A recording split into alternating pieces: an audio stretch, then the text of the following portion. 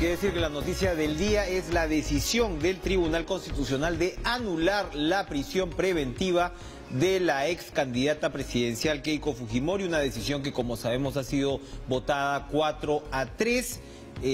Venían pues trascendidos, ¿no?, en los últimos días, pero ahora, bueno, esto es oficial. Todavía no conocemos el texto completo de esta sentencia, pero la decisión, como les repito, está tomada, y sin más preámbulo le damos la bienvenida al presidente del Tribunal Constitucional y además autor, entendemos, de la ponencia que ha terminado en esta votación, Ernesto Blume. Doctor Blume, gracias por estar con nosotros como siempre. Gracias a usted por la invitación.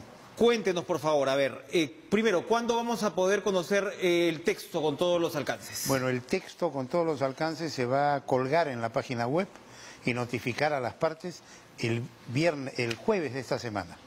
Y ya los efectos de la sentencia van a ser a partir del día siguiente, o sea, del día viernes, en que habrá que tramitar el oficio para la excarcelación. Comienza a correr el tiempo desde ese momento, sí, desde la publicación como tal. Así es. Lo que nos puede adelantar, a ver, hay 4 votos a favor de, como digo, anular esta prisión preventiva a Keiko Fujimori. ¿Cuáles son? Usted nos ha hablado más de una vez en este programa sobre la necesidad de no excederse con la prisión preventiva. ¿Cuáles han sido los argumentos centrales? Porque ahí, a ver, ustedes han tenido un antecedente importante, que es el caso Humala Heredia, y la propia Corte Suprema emitió también una sentencia de casación hace poco, donde también establecía límites. ¿Todo esto está incluido en el razonamiento de esta sentencia? Bueno, a los efectos de expedir la sentencia se ha tenido en cuenta toda esta fuente informativa. Por un lado, normativa constitucional y normativa reglamentaria de la Constitución, jurisprudencia nacional, jurisprudencia supranacional. Es decir, todos los elementos de juicio, inclusive dentro de la jurisprudencia nacional, o sea, de los antecedentes nacionales, el Pleno de la Corte Suprema de la República. Todo esto se ha tenido en cuenta. Ahora, la parte que demandó, que es la señora Sachi Marcela Fujimori Iguchi de Koenig, en representación de la ciudadana Keiko Sofía Fujimori Iguchi, argumentó que se había violado el derecho a la libertad personal, que se había violado el derecho a la presunción de inocencia, al debido proceso, a la debida motivación de las resoluciones judiciales y el derecho de defensa, además del principio de razonabilidad. De este conjunto de derechos hemos coincidido 4 magistrados en que ha habido afectación al derecho a la libertad personal. En la afectación de los otros derechos solamente hemos logrado 3 votos y los otros votos son o por infundado o por improcedente. O sea que ahí no hay decisión. Después, en la parte que la ponencia disponía, se comunique al juez de primera instancia que ciña su accionar a los parámetros constitucionales y convencionales. Ahí tampoco se han logrado los 4 votos, sino solamente 3, por lo que... Al juez Concepción Carhuancho, que había confirmado eso. Ahora, lo importante de este caso, independientemente de la decisión que hemos tomado, es aclararle a la colectividad, a la ciudadanía peruana, que el tribunal no ha absuelto a la señora Fujimori. El tribunal no la ha declarado inocente, porque el tribunal no tiene por función absolver o condenar. Eso corresponde al Poder Judicial y nosotros como tribunal lo respetamos escrupulosamente.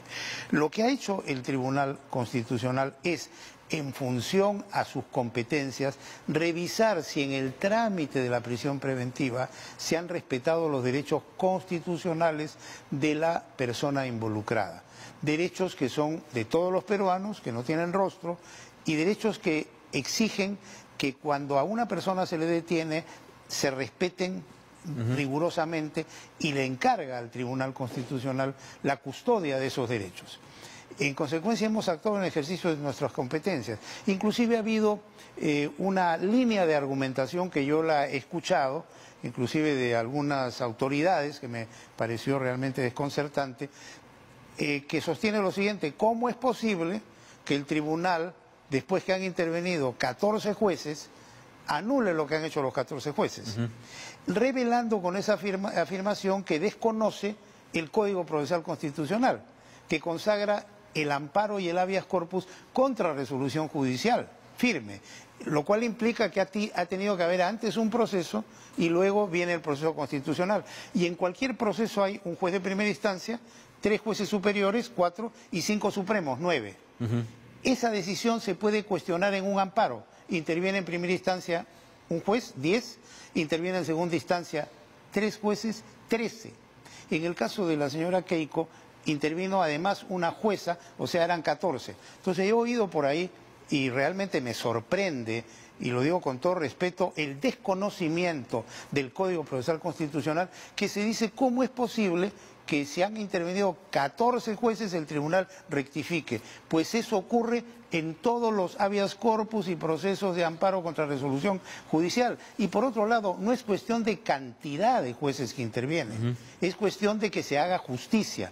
Y pueden equivocarse los 14 jueces y entonces el tribunal tiene que corregir. De hecho, en la discusión previa, y seguramente esto será incluido en los votos singulares, ¿no?, de los jueces en minoría, un magistrado como Espinosa Saldaña había insistido, ¿no?, y lo insistió incluso en la audiencia cuando se presentó la abogada Juliana Loza, que el caso Humala Heredia era distinto al de Keiko Fujimori, porque la lógica te dictaba. A ver, el Tribunal Constitucional ya dijo en el caso Humala Heredia que esta prisión preventiva es un exceso.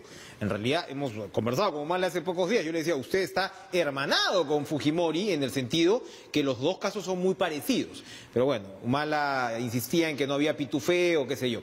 Pero entonces se señalaba, se insistía que en el caso efectivamente de Humala el Poder Judicial no se había manifestado prácticamente. O sea, el caso llegó de frente al Tribunal Constitucional y en el caso de Fujimori el Poder Judicial había reiterado que sí había obstaculización de la investigación. A ver, vamos por partes. Elabore, por favor, un poco eso. En el caso Humala, el Poder Judicial intervino en las 3 instancias. Lo que ocurre es que el proceso se inició antes de concluir la tercera instancia, y inicialmente se planteó por parte del representante del Poder Judicial una excepción para que se declarara improcedente. Pero en tanto se tramitaba el proceso, resolvió la Corte Suprema y vino entonces una firmeza sobreviniente que ya habilitaba al tribunal a entrar al fondo de la poder entrar. Okay. Igual ocurre en el caso de la señora Keiko, aunque con algunas diferencias. Ahora, son casos que tienen, como todo caso, su peculiaridad. Y en este caso, la peculiaridad era que, siendo la titular de Fuerza Popular, la señora Keiko, y siendo mayoría en el Congreso, pues había un nivel de influencia muy importante que, según la tesis fiscal, permitía la obstaculización de la labor investigativa. O sea, la obstaculización se traducía en la capacidad de influencia política y de que se presión, tenía al encabezar el Congreso. Así es. Esa era, digamos, la idea matriz, pero habían otras diferencias. Por ejemplo, la señora Keiko no llegó al poder y no fue funcionaria pública, sino simplemente... ¿Todos esos son puntos tomados en cuenta en la sentencia?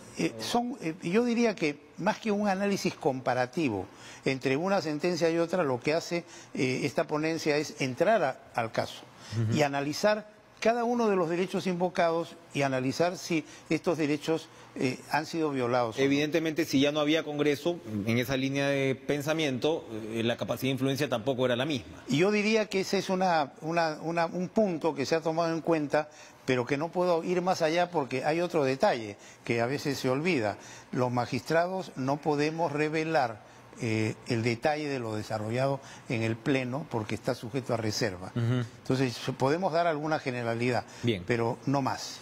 Ahora, usted insiste en que aquí no se entra al fondo de la situación, que el Poder Judicial lo determinará, pero evidentemente la tesis del Ministerio Público era que la señora lidera una organización criminal. Y eso también, me parece que lo hemos conversado en algún momento, eso nos imaginamos que el Poder Judicial también lo va a tener que determinar. Así es. Ahí hay otro paralelo con el caso Humala, en el sentido que también el Ministerio Público pide la disolución del Partido Nacionalista, aunque acá todavía no hay denuncia como tal del Ministerio Público, todo indica que va a ir por esa misma línea. Es decir, el hecho de considerar, número uno, los partidos políticos como organización criminal, y número dos, que es parte del argumento de la defensa del otro lado, de decir, en ese momento, más o menos, lo que tú hicieras con la plata de campaña no era delito. ¿La sentencia aborda en algún momento ese debate? Me refiero a la gravedad del delito que se le imputa, ¿no? Mire, no entra en ese detalle en puridad. Lo que hace es lo siguiente, como la señora Keiko, a través de sus abogados, invoca violación del derecho a la debida motivación de las resoluciones judiciales, el tribunal lo que tiene que hacer, desde mi punto de vista, y lo digo como oponente, es analizar si las resoluciones judiciales guardaban armonía con los principios de coherencia, de razonabilidad, de proporcionalidad. Es decir, si había una lógica secuencial adecuada que de ciertas premisas concluyera en ciertas conclusiones, valga la redundancia. Si parte de la argumentación para imponer esta prisión preventiva era que existían elementos de convicción importantes, pero ya el tribunal había establecido el elemento de convicción tiene que ser corroborado. Y para hacer ese análisis el tribunal tiene que decir, bueno, ¿cuál es el elemento de convicción? ¿Cuál es el elemento de corroboración? Eso no es hacer un análisis de fondo de las pruebas, pero sí de la coherencia, de la lógica, de la racionalidad que emplea el juez. Se encontró que no había racionalidad al momento de imponer una medida como la prisión preventiva. Aquí hablo yo como ponente y suscriptor de la ponencia con dos magistrados más, encontramos que estaba afectada la debida motivación. O sea, para nosotros, para los que hemos suscrito toda la ponencia, había afectación.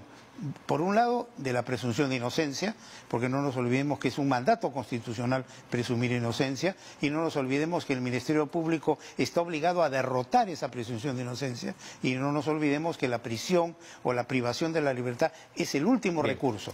Y luego, en cada uno de esos derechos afectados, hemos encontrado realmente que ha habido una afectación, como el derecho de defensa, etcétera. Pero en donde hay sentencia es concretamente en la afectación de la libertad personal, porque el magistrado Ramos se ha sumado a la afectación de ese derecho exclusivamente. En lo otro hay diversas posiciones y es muy interesante porque la ponencia tiene como 80 páginas y cada voto y fundamento de voto es extenso, entonces los estudiosos van a tener un abundante material para explorar, podríamos decir, en los territorios académicos y analíticos de las decisiones de un tribunal constitucional y de la mecánica de cómo vamos a leerlo se llega con mucha atención.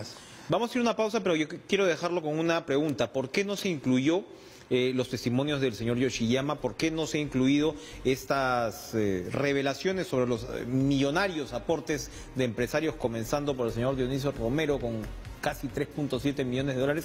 Vamos a una pausa y regresamos con el doctor Ernesto Blumen. No se muevan.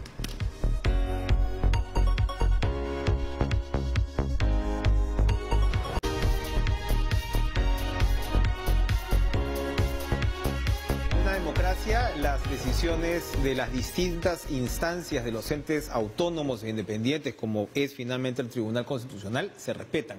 Aunque, doctor Blume, no les guste a todo el mundo. Lo hemos visto ahora mismo, así como había pues una explosión de júbilo en las inmediaciones del penal de Chorrillos, ahora en el centro de Lima hemos visto marchas con afiches, con su cara y todo, en contra claramente de una decisión como esta, que siempre va a tener una carga de controversia.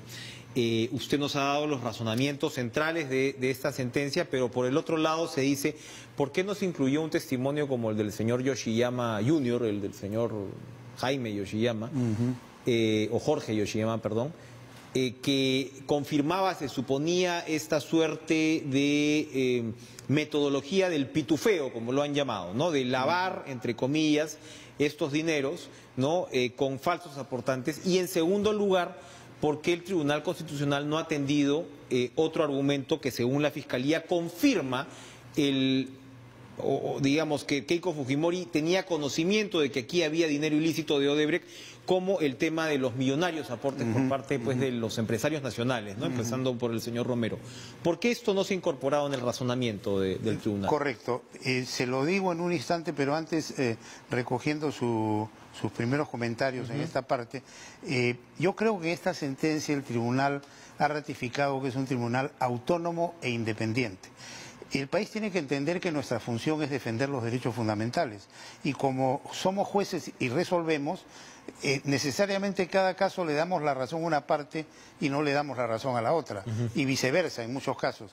Y siempre habrá quien está en disconformidad con la sentencia, pero el país debe tener la seguridad de que este es un tribunal que no se deja presionar y creo que lo hemos demostrado, porque no puede implementarse en el país una metodología en que se presiona a los órganos encargados de administrar justicia para que resuelvan como un sector desea, como si ese sector fuera el dueño de la verdad, tuviera el patrimonio de la verdad y fuera la Corte Suprema misma. Entonces hay una suerte de juzgamiento de un sector que considera que el Poder Judicial debe conciliar y coincidir con él, y si no le da la razón empieza a presionar a los jueces y a tratar de presionarlos a tal punto que cambien en su posición. Bueno, en el tribunal ha quedado demostrado que esa metodología que usan muchos no funciona y no va a funcionar en el futuro. Y en el caso particular creo que ha quedado demostrado más aún todavía, porque a mí las presiones han sido múltiples y la verdad me han acusado de tantas cosas que yo prefiero tomarlo deportivamente. Hay quienes le dicen fujimorista. Sí, hay quienes me dicen fujimorista, antes me dijeron humalista, porque no nos olvidemos que fui ponente de la sentencia de Humala. Y cuando voté a favor de anular la ley Mulder, surgió la idea de que yo era vizcarrista. Y últimamente ya soy fujiaprista o fujimontesinista. Pero con todo respeto, eso a mí, como magistrado, me tiene sin cuidado.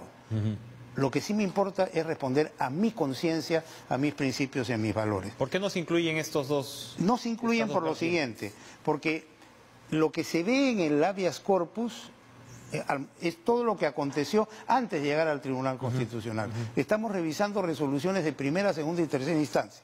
Sin embargo, cuando se da el testimonio del sobrino del señor Yoshiyama, el procurador que defiende al Poder Judicial nos pidió que solicitáramos ese testimonio y un magistrado también solicitó que lo pidiéramos. Entonces yo como ponente dije, bueno, no hay inconveniente de pedirlo en una demostración de apertura y de consideración, pero a la hora en que vinieron esos testimonios, por la fecha de los mismos, quedó comprobada que no eran pertinentes.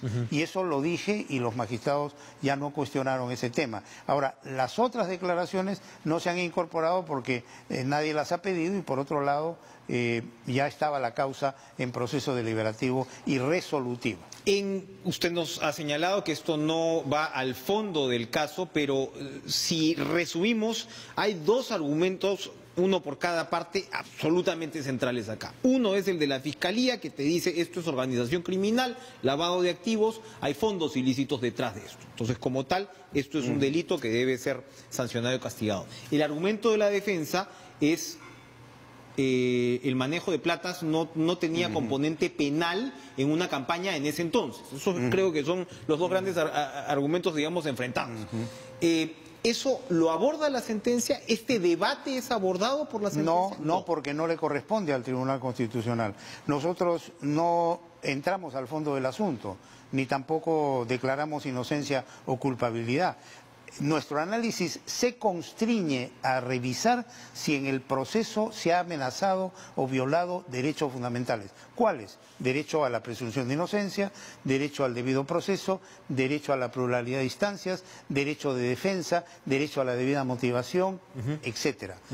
A eso nos centramos. Bien. Porque de acuerdo a nuestro sistema, y con esto cierro este punto, de acuerdo a nuestro sistema, la persona cuando es sancionada tiene derecho a que se revise en qué términos y bajo qué condiciones y bajo qué lógica se produjo esa sanción. Y ese es un derecho constitucional. Entonces, por eso se llama derecho a la debida motivación de las resoluciones judiciales. Y por tanto, Y cuando se invoque ese derecho, el tribunal analiza la debida motivación, pero no reemplaza al órgano ordinario, no reemplaza al Poder Judicial, ni absuelve ni condena. Para terminar, doctor Blume, ¿cuándo el Perú va a tener la decisión del Tribunal Constitucional sobre lo que ocurrió en la disolución del Congreso? Si esta fue o no fue constitucional, ya sabemos que esto no va a detener el proceso en marcha y demás, pero ¿cuándo vamos a tener una decisión? Mire, no le puedo decir exactamente, pero sí darle algunos datos importantes. En primer lugar, el tribunal ha actuado rápidamente en este caso cuando ha notificado al gobierno para que conteste la demanda, el gobierno tenía 30 días, pero el gobierno ha tomado menos días y ya contestó. Entonces, inmediatamente el tribunal ha tenido por contestar la demanda y ha dispuesto se señale fecha para la vista de la causa. Este tipo de procesos se ven en Arequipa, pero ya no ha habido tiempo para señalar fecha de vista de la causa o en la audiencia que va a ser este viernes 29. Y hemos habilitado el 4 de diciembre en Lima a las 9:30 de la noche, del día, para que en forma excepcional se vea, entre otras causas, este proceso. O sea, el día 4, que es miércoles, a las 9:30 de la mañana, en la sala de audiencias del tribunal, se va a escuchar a las partes. Demandante, demandado, para que esgriman las argumentaciones que a su derecho convengan, y luego la causa quedará al voto. El tribunal tiene 30 días hábiles para resolver, pero ese es un plazo máximo, o sea, puede resolver antes. Y yo en lo particular pienso que el tribunal debe resolver la primera quincena de este mes, porque luego hay un receso y si ya no resolvemos tendría que ser en enero. Y creo que es saludable para la democracia, para el Estado de Derecho, para nuestra situación, que esta coyuntura quede superada, ya sea en un sentido, ya sea en otro. Ojalá así sea por la institucionalidad y la democracia del país. Gracias, doctor Ernesto Blume, por acompañarnos en medio de una convalecencia, además. Sí, pero ya recuperándome de a poco. Muchas gracias. Muchas gracias por estar con nosotros esta noche. Vamos a una pausa y regresamos con más de Caracas.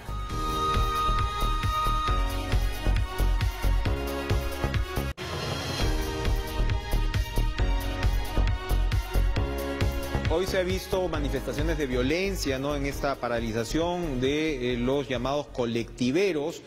La autoridad de transporte, la nueva autoridad, la ATU, ha descartado que estos vayan a ser formalizados. De otro lado, la municipalidad anunció que habrán 26 buses más para el servicio express del Metropolitano. Hay todo un debate en torno de, bueno, si los colectiveros existen es porque hay demanda y porque el servicio público es deficiente, y de otro lado, bueno, se alude pues al evidente desorden, y vuelvo a la informalidad y incluso pues al peligro en que se pone pues en muchos casos a los usuarios. Lino de la Barrera, experto en temas de transporte, nos acompaña por la vía telefónica y vamos a escuchar su reflexión sobre la situación en estos minutos finales. Señor de la Barrera, gracias por atendernos. Muchas gracias a ustedes por la invitación. Su conclusión de lo ocurrido hoy. Bueno, en principio hay que señalar que hay un nivel, o ha habido un nivel de organización respecto de este tema, que evidentemente la marcha, creo, a mi punto de vista, no en ningún momento se pensó que fuera pacífica, porque ni siquiera se cumplieron los puntos de preconcentración que se habían señalado, sino que se había diseñado todo para tratar de generar inconvenientes en las tres entradas de la ciudad, pues norte, centro y sur. Una situación bastante complicada porque se ha alterado el tráfico en buena parte de la mañana, y independientemente del derecho al reclamo que creo que todos tienen, lo que no puede suceder en ningún caso por un tema elemental de principio de autoridad es que se permita que ciudadanos afecten a terceros que no tienen nada que ver con la reclamación que están realizando. En este caso puntual, creo hay una tergiversación de las cosas, porque ellos reclaman tener un derecho y ese derecho realmente no existe, porque no existe ninguna norma que permita que se transporte en auto colectivo.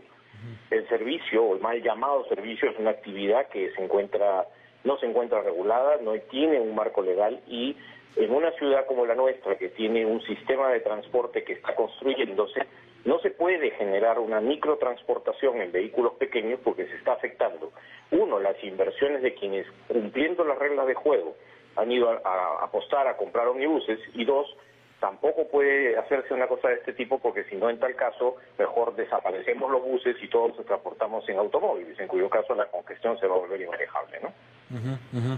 Gracias, Alino de la Barrera, pues por su evaluación, ¿no?, de lo que ha ocurrido ahora. Por supuesto, este debate va a seguir en los próximos días y, como decimos, pues las autoridades correspondientes han reiterado, como señala el experto, que no habrá formalización sobre pues un escenario en el cual no existe el marco jurídico.